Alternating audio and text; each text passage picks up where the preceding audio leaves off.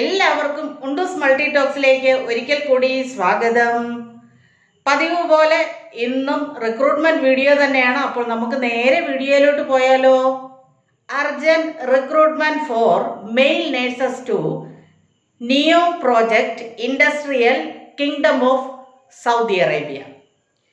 qualification BSc nursing, experience 2 years, department emergency and ICU, salary 6,000 to 7,000 Saudi Riyal, 2 years contract, 10 hours duty and 6 days per week,